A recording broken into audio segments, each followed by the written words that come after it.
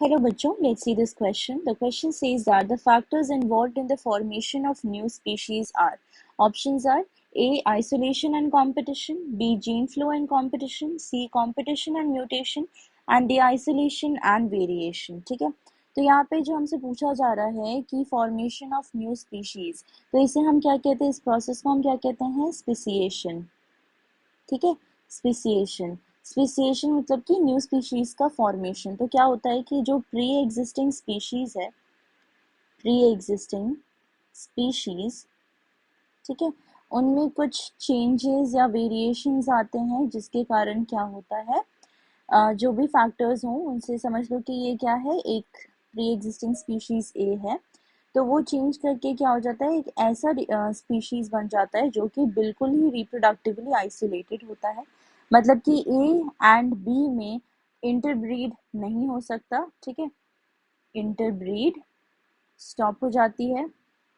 ठीक है, तो ये इंटरब्रीड नहीं कर सकते और न्यू स्पीसीज का फॉर्मेशन कर देते। ठीक है, तो अगर हम एक केस देखें, ठीक है, कि मान लो कि एक पॉपुलेशन है, पॉपुलेशन है, ठीक है, पॉपुलेशन है, तो उसमें क्या आ जाता है, अचानक से कोई डिस्टर्बेंस क्रिएट हो जाती है, लाइक एक रिवर आ गया। ठीक है, तो इस रिवर से क्या हुआ, इस ड्रास्टिक चेंज से क्या हुआ कि पॉपुलेशन स्प्लिट कर गई, पॉपुलेशन स्प्लिट कर गई। ठीक है, मान लो कि ये ए और बी पॉपुलेशन में स्प्लिट करेगी और ये रिसाइड कर रहे हैं और बीच में क्या है, रिवर है। ठीक है, अब ये इनको क्या है कि डिफरेंट एनवायरनमेंट्स मिलेंगे, डिफरेंट एनवायरनमेंट्स मिलेंगे। तो डिफरेंट एनवायरनमेंट्स में ए और बी, ठीक है, ए और बी इंडिविजुअली रिप्रोड्यूस कर रहे हैं, इंटरब्रीड कर रही है, अपने में इंटरब्रीड कर रहा है और बी पॉपुलेशन खुद में इंटरब्रीड कर रहा है। तो डिफरेंट एनवायरनमेंट्स के कारण जो चेंजेस आ जाएंगे इतने कि ये क्या हो जाएंगे कि ये आपस में इंटरब्रीड फिर नहीं कर पाएंगे।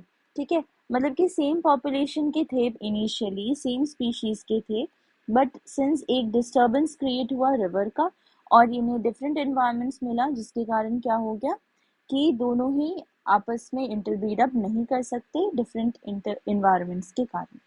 तो इनके बीच में हम कह सकते हैं कि ये क्या था, रिप्रोडक्टिव आइसोलेशन था। एक तरीके से हम इसे आइसोलेशन का एग्जाम्पल मान सकते हैं। तो आइसोलेशन के कारण जो है, ये एक इम्पॉर्टेंट फैक्टर है जिसके कारण स्पेसिएशन हो सकता है। ठीक है, दो न्यू स्पीशीज का फॉर्मेशन हुआ, स्पीशीज बी और स्पीशीज ए। ठीक है, तो इस तरीके से दो स्पीशीज का फॉर्मेशन हुआ, ये एक केस था। ठीक है, अब हम सेकंड केस देख लेते हैं। सेकंड केस क्या है, डार्विन की थ्योरी है।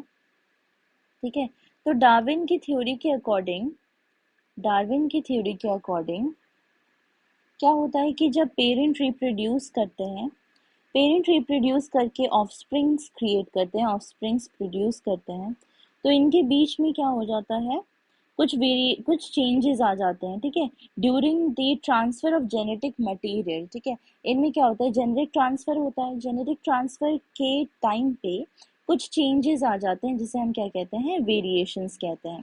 ठीक है, हम इसे क्या कहते हैं, वेरिएशंस, वेरिएशंस।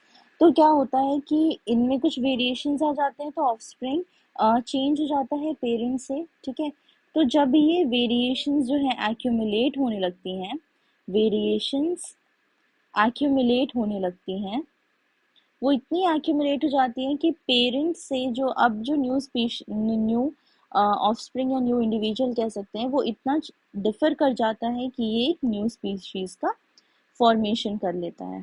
ठीक है, तो ये काफ़ी चेंज हो जाता है वेरिएशन के एक्यूमुलेशन से। तो हम कह सकते हैं कि सेकेंड फैक्टर क्या है, फर्स्ट फैक्टर तो हमने देखा कि आइसोलेशन था और सेकेंड फैक्टर हम मान लेते हैं वेरिएशंस। ठीक है, अकॉर्डिंग टू डार्विन की थ्योरी। तो इससे क्या है, स्पीशीज की, नई स्पीशीज की फॉर्मेशन हो सकती है। तो अब हम ऑप्शंस देख लेते हैं। पहला ऑप्शन क्या है, आइसोलेशन एंड कंपटीशन। तो कंपटीशन में क्या होता है कि दो स्पीशीज में अगर कंपटीशन हो रहा है तो एक स्पीशीज एक्सटेंट हो सकता है। ठीक है, क्योंकि उनमें क्या हो जाता है, स्टारवेशन हो जाता है, क्योंकि स्पीशीज में कंपटीशन हो रहा है तो इन्हें लिमिटेड फूड एंड सप्लाई के कारण क्या हो रहा है कि ये स्टार्व कर जाते हैं, तो एक्सटेंट हो सकते हैं बट न्यू स्पीशीज का फॉर्मेशन नहीं हो सकता। तो हमारा पहला ऑप्शन गलत हो गया। बी क्या है, जीन फ्लो एंड कंपटीशन। तो जीन फ्लो में क्या है कि जीन के जो जेनेटिक चेंजेस आते हैं या फिर हम फ्रीक्वेंसी कह सकते हैं, तो इसके कारण क्या है कि स्पेसिएशन हो सकता है, लेकिन कंपटीशन अगेन एक्सटिंक्ट करता है, तो ये भी ऑप्शन हमारा सही नहीं होगा। सी क्या है, कंपटीशन एंड म्यूटेशन। तो म्यूटेशन में भी जेनेटिक चेंजेस आती हैं, जेनेटिक चेंजेस के कारण इनमें स्पेसिएशन हो सकता है, बट कंपटीशन में नहीं, तो हमारा सी ऑप्शन भी गलत है। डी ऑप्शन क्या है हमारा, आइसोलेशन एंड वेरिएशन। तो हमने देखा कि दो फैक्टर्स हैं, आइसोलेशन और वेरिएशन, जो कि स्पेसिएशन को क्रिएट कर सकता है, ये इसका फैक्टर हो सकता है। तो हमारा करेक्ट ऑप्शन क्या हो जाएगा, D, that is isolation and variation. Hope you have understood the concept. All the best, thank you.